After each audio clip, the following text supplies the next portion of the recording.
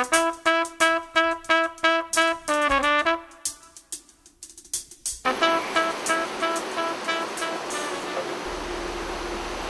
ang biyak na bato sa Bulacan. Dito nag-evacuate si Aguinaldo nang mabawi ng mga Kastila ang Cavite. Mayaman ang lugar na ito sa history at natural resources.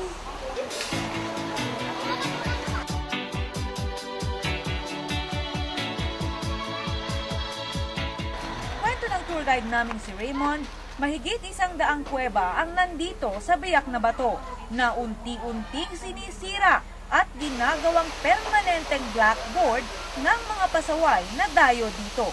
Meron din po talaga na mahirap pagsabihan. Pag po kasi sinabi mong bawal, yun pa yung ginagawa nila. Nandito tayo ngayon sa tinatawag nilang bahay paniki, pero wala pa tayong makikita mga paniki ngayon dahil medyo maaraw pa, maaga pa. Ang makikita nyo mga malalaking formation ng bato dito ay isang uri na ng marmol na tinatawag na karst. Mahigit 200 taon na raw ang puno ng dao na ito na nagsilbing watchtower ng mga katipunero habang nagtatago sina General Emilio Aguinaldo.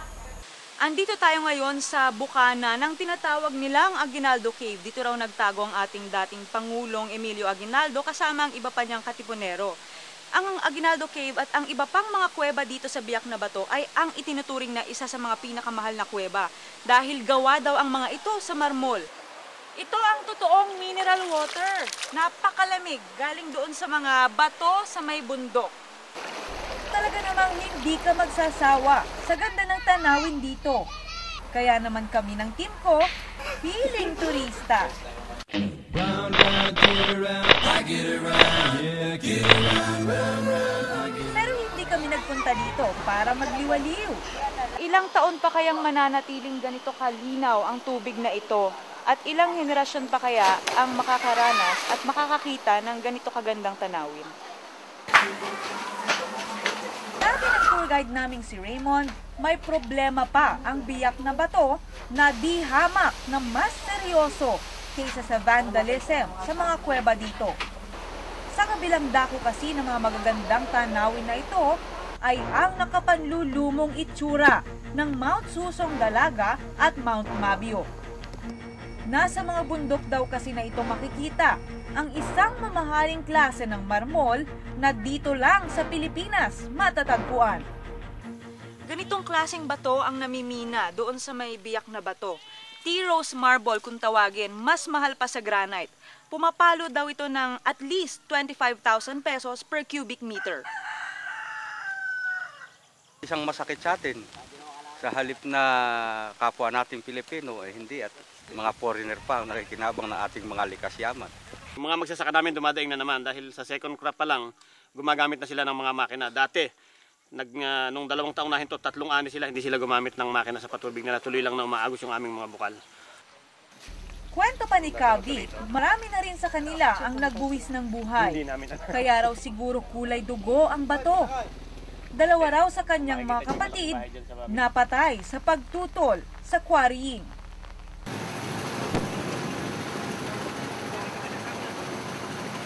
Wala tayo sa Mindanao. Nandito pa rin tayo sa biyak na bato.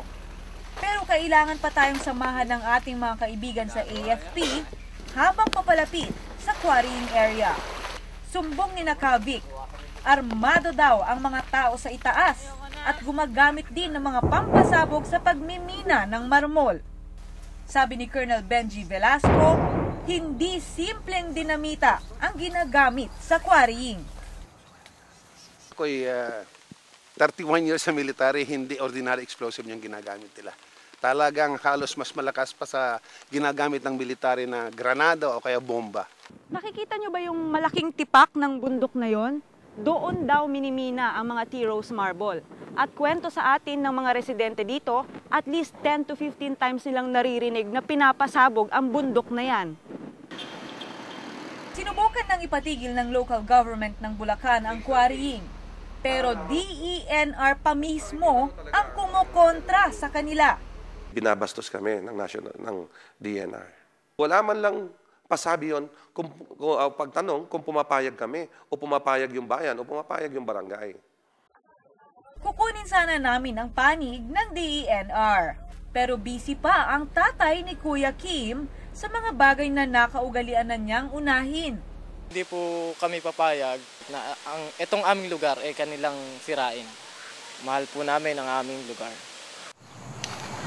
Nakakalungkot isipin na ang makasaysayang biyak na bato, pinopor kilo na lang ngayon. Fiona Rosario po, Dokumentado.